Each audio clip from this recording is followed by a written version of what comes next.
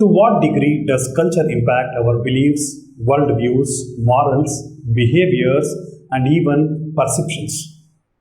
How much of our behavior is innate to our species and how much is learned behavior? Culture has been one of the most important concepts developed in the modern study of human behavior. However, it has yet to be used in a successful scientific understanding of the human condition.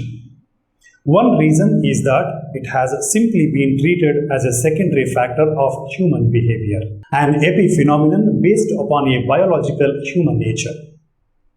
In kinship, for example, marriage patterns were considered to be cultural elaborations upon a more fundamental bisexual reproductive process. Not until the end of the century did a growing number of anthropologists criticize this formulation as an ethnocentric bias. They argue that the secondary status of culture did not represent a realistic depiction of the human condition and gave culture a much more fundamental role in understanding human behavior. While the human societies and cultures are not the same thing, they are inextricably connected because culture is created and transmitted to others in a society. Cultures are not the product of lone individuals. They are continuously evolving products of people interacting with each other. Cultural patterns such as language and politics make no sense except in terms of the interaction of people. If you were the only human on earth, there would be no need for language or government. Definition of culture. The word culture has many different meanings. For some, it refers to an appreciation of good literature, music, art, and food. For a biologist, it is likely to be a colony of bacteria or other microorganisms growing in a nutrient medium in a laboratory petri dish. However, for anthropologists and other behavioral scientists, culture is the full range of learned human behavior patterns. The term was the first used in this way by the pioneer English anthropologist Edward B. Tylor in his book Primitive Culture, published in 1871. Tylor said that culture is that complex whole which includes knowledge, belief, art, law, morals, custom, and any other capabilities and habits acquired by man, a member of the society. Of course, it is not limited to men. Women possesses and create it as well. In common parlance, the word culture is understood to mean beautiful, refined, or interesting, but this interpretation does not constitute its scientific definition. Some major definitions of culture are the following. Robert Redfield, an organized body of conventional understanding manifested in art and artifact which, persisting through tradition, characterized human group. Joseph Piper, culture is the quintessence of all natural goods of world and of those gifts and qualities which, while belonging to man, lie beyond the immediate sphere of his needs and wants. L.A. White, culture is a symbolic, continuous, cumulative, and progressive process. In this way, culture includes all that man has acquired in the mental and intellectual spheres of individual and social life. In the words of McLeod and Page, this is the realm of style, of values, and of emotional attachments. Culture then is antithesis of civilization.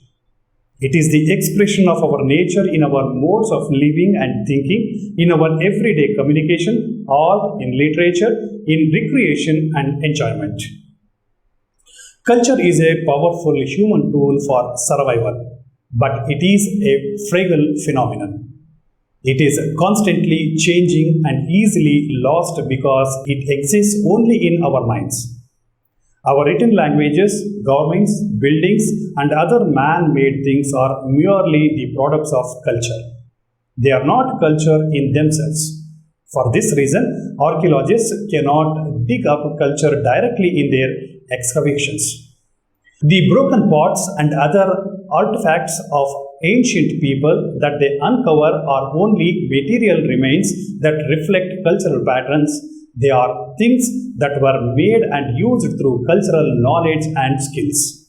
Characteristics and nature of culture. Culture is known by the following essential characteristics. Culture is inclusive of those elements which man has created and in which improvements can be made. The introduction of novel elements increases the complexity and qualities of culture. It is communicated from one generation to another generation in a psychic form. Culture is found only in human society. Nature of culture. Important facts concerning the nature of culture are as follows. Culture is an acquired quality. Culture is not inborn. Traits learned through socialization, habits and thoughts are called culture. Man acquires the cultural behavior because of the capability of symbolic communication. Culture is communicative. In this way, culture is communicated from one generation to the next. As a result of this, culture is constantly accumulating. The new generation benefits by the experiences of the older generation through the communicability of culture. In this way, culture becomes semi-temporary and remains unaffected by the extinction of a group or an individual. Culture is social and not individual. Every individual takes some part in the transmission and communication of culture, but culture is social rather than individual. It is inclusive of the expectations of the members of the groups. Man cannot create or generate culture while existing apart from the group. Culture is idealistic. In culture are included those ideal norms of the behavior according to which the members of the society attempt to conduct themselves. Society accepts these ideals, norms and patterns. Culture fulfills some needs. Culture fulfills those ethical and social needs which are ends in themselves. Social habits are included in culture. Habits can be formed of those activities only which tend to fulfill some needs. Without fulfillment of these needs, culture cannot exist. Adaptation. Culture has the characteristic of adaptation.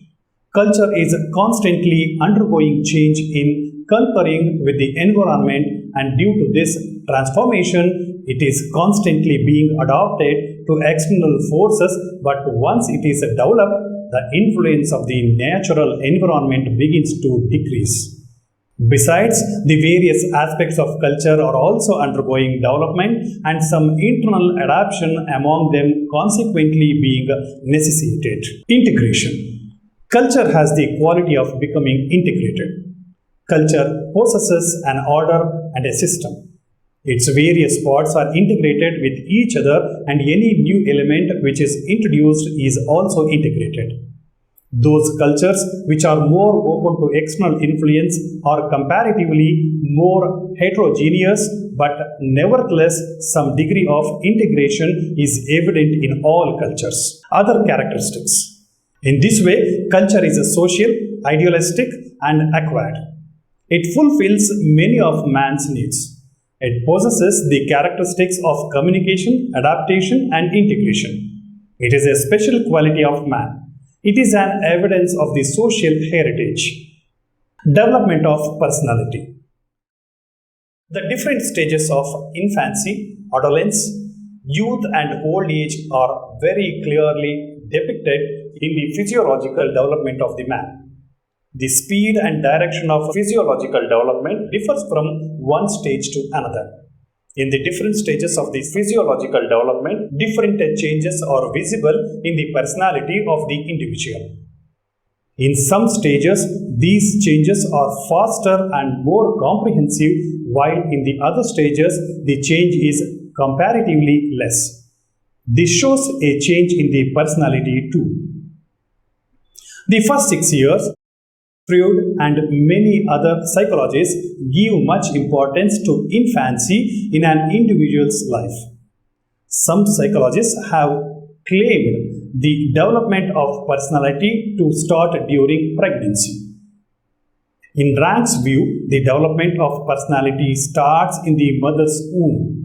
He further maintains that the very activity of its conception affects the child's personality, the presence or absence of difficulties in it making a difference in the personality. But it has not been possible to prove this theory by experimentation. In Freud's opinion, whatever incidents take place in the first 3 years of child's life permanently molds the character, the rest being a mere development of these peculiarities: suckling, weaning, loving, fondling, scolding, beating, and toilet training all affect the child's personality. The love and affection of the parents have a very significant effect upon the child. Excessive love and affection make child stubborn and innocent. Lack of affection stirs the development of emotions, while proper love gives emotional stability. Besides love and affection, suckling also impresses the personality of the child. Actually, suckling is not merely a mode of satisfying hunger, but also a symbol of the mother's love for the child, and consequently, weaning also affects the child's personality because it sometimes expresses the indifference of the mother towards the child.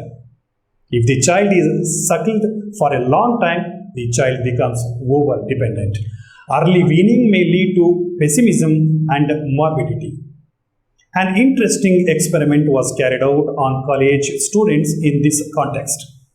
They asked their mothers about the ages at which weaning had been carried out, and they were subsequently tested for their sense of insecurity. The result indicated an important correlation between weaning and the sense of insecurity.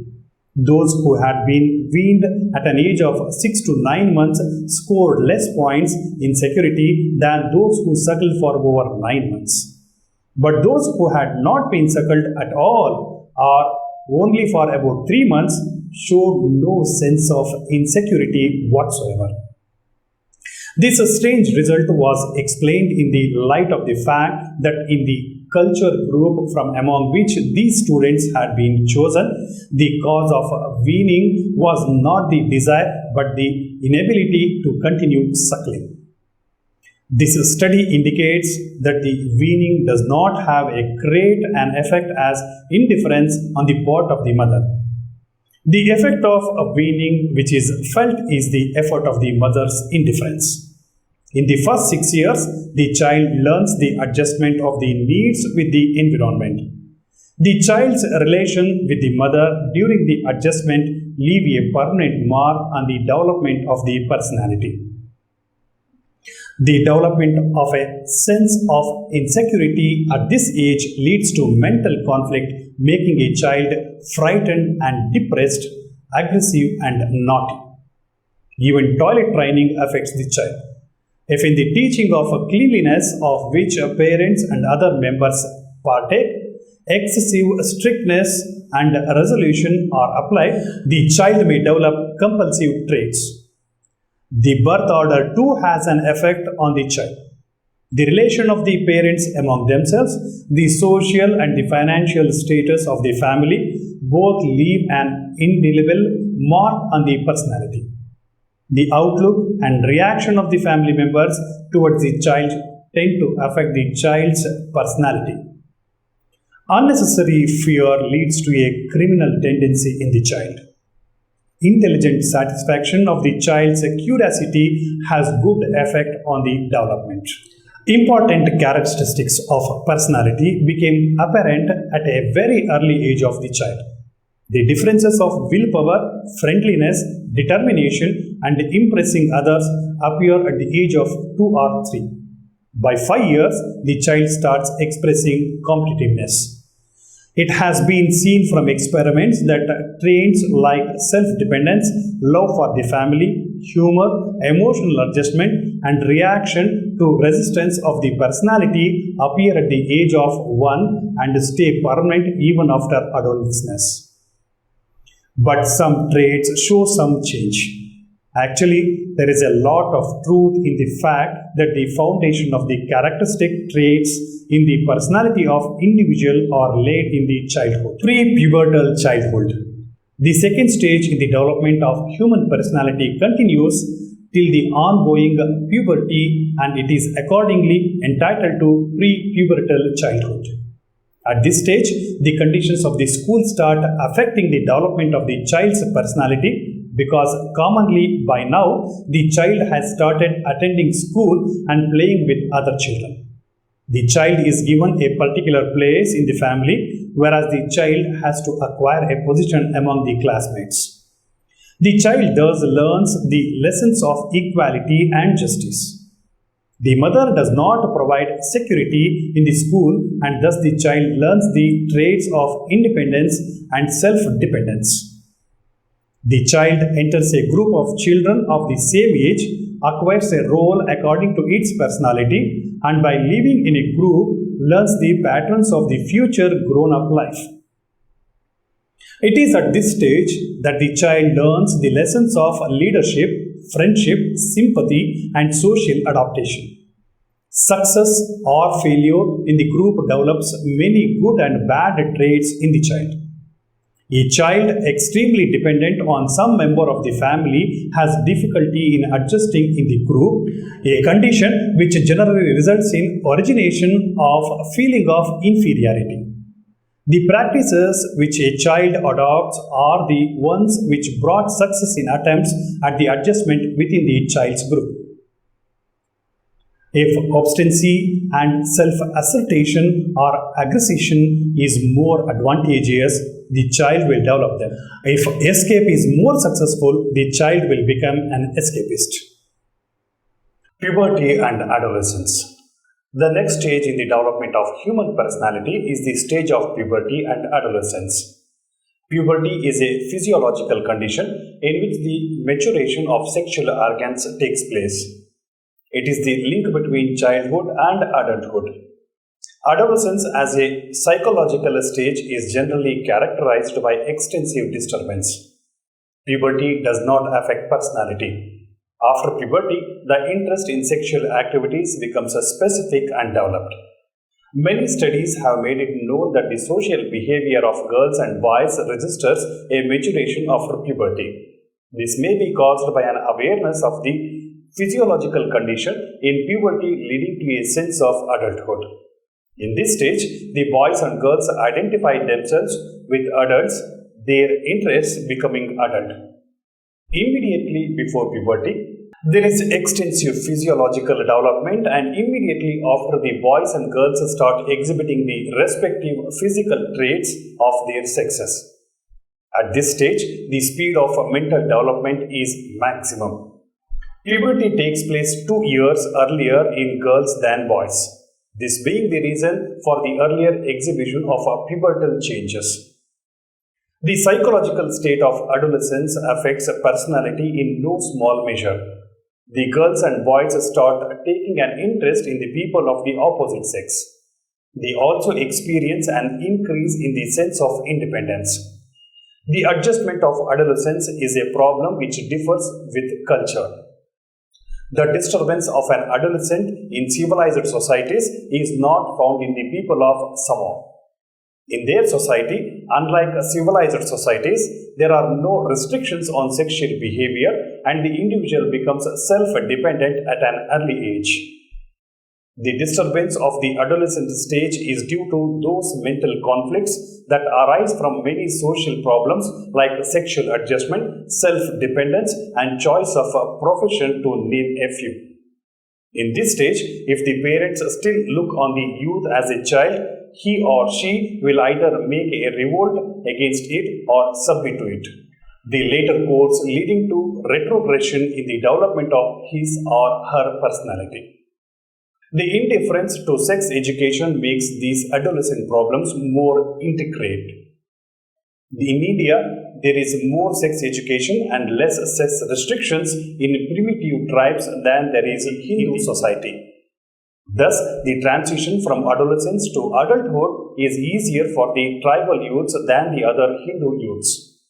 Absence of the means of satisfying sexual curiosities and a social sense of evil related to them increases the guilt conscience and anxiety of the adolescent, and this does not allow the proper development of the personality. It is a baseless idea that the person becomes entirely new during adolescence or that there is a complete reorganization of the entire personality. Adolescence is a stage in the development of personality, and development is a continuous process in which infancy affects adolescence and adolescence affects adulthood. Adulthood and after. The fourth stage following adolescence in the development of personality is adulthood. Many studies have revealed that equilibrium is at low ebb in the beginning of adulthood and just before old age, between them there being comparatively better adjustment. Upon entering adulthood, a person adopts some permanent occupation, gets married, and develops a family. All these three tasks demand adjustment, and a lot of change is brought about in the personality. The outline of the development of personality is not essentially same in all. Actually, it depends on the adjustment of the adult age, one of the problems being economic adjustment. Getting a lower rank than anticipated at work, long periods of unemployment, getting an uninteresting occupation, freedom from a dependence on employment, all have a profound effect upon the personality. Many serious problems arise in the adjustment with the marriage partner in adulthood. Similarly, incidents like absence of children, death of the offspring, too many children, and in India, too many daughters tend to keep a man in worry and misery till old age.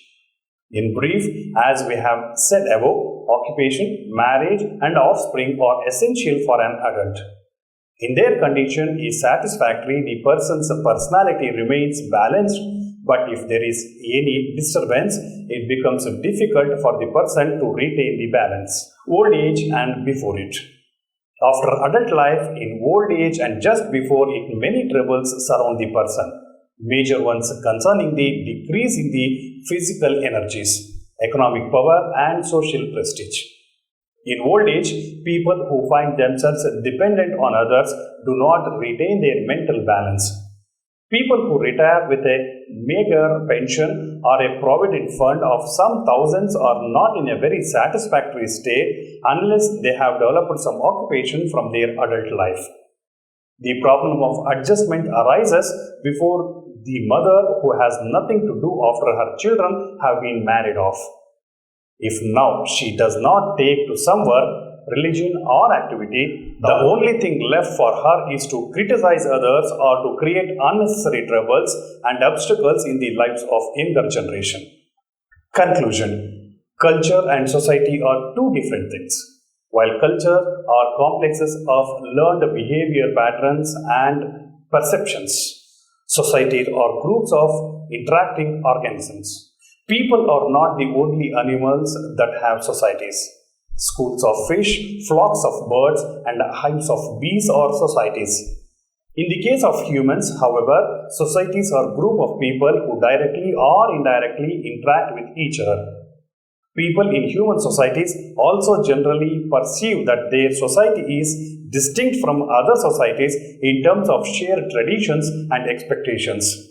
It must have become obvious from the outline given in this chapter that the stages in the development of personality means the adjustment with new needs, conflicts, and frustrations. New problems of adjustment keep on arising in the different stages in the physiological and psychological development of personality. It is often seen that the deficiencies of one stage in the development are fulfilled in the next stage. But besides this, in every stage new problems arise whose solution is essential. The development of personality is a continuous process passing through these stages.